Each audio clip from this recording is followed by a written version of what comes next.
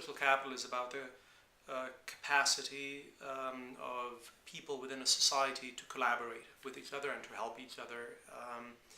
And specifically what we found in our research, and this is already familiar, but we could illustrate that with a lot of detail, is that while people show a lot of solidarity within groups, they collaborate less between those groups. And this is a problem in Georgia in that it holds back agriculture, where we would need people to collaborate in order to be more productive because the farm sizes are very small. It's a problem for professional associations, where we would need people to, where successful professional associations bring professionals together who thereby regulate their own profession and make their own decisions, rather than having either the state make decisions or nobody make decisions at all, and contribute to that. And it's relevant, for example, in housing, where the public spaces or the roofs or the basements don't get fixed. And it's relevant in education, where parents aren't engaged. So this is broadly the problem.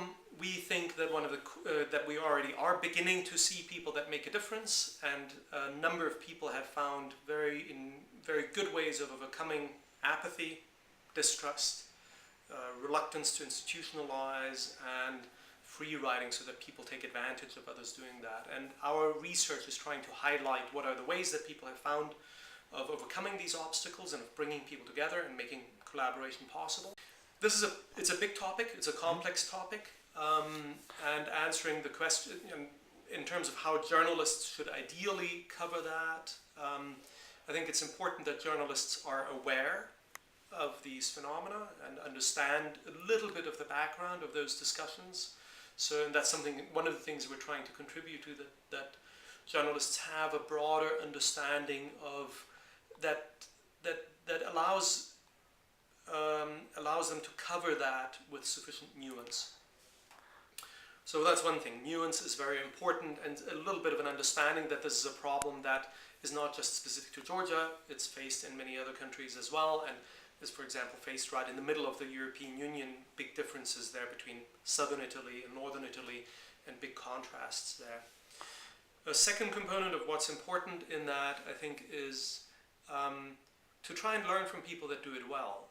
We all know that there are challenges and problems everywhere, but the best way of really getting beyond those is focusing on things that work and trying to understand what makes them work and what can be replicated in other places. And I think that's important.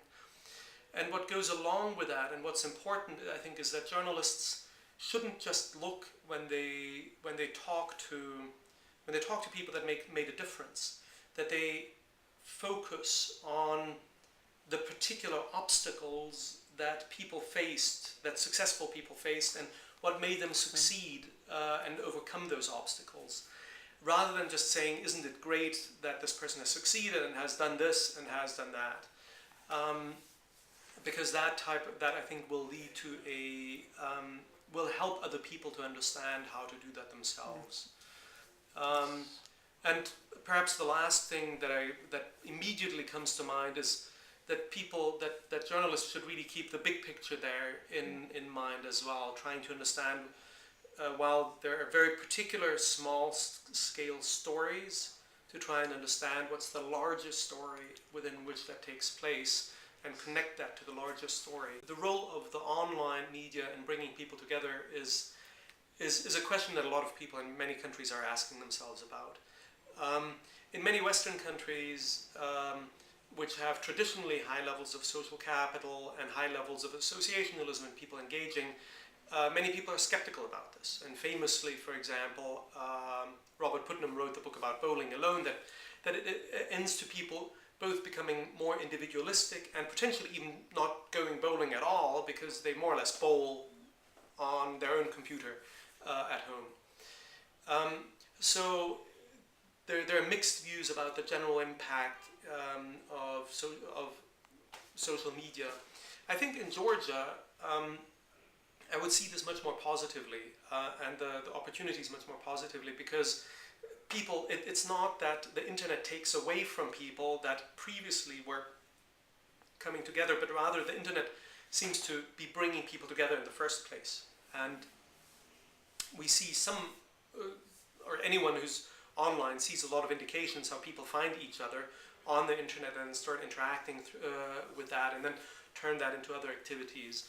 But it will still require to reach larger goals than just exchanging a YouTube video and clicking a button.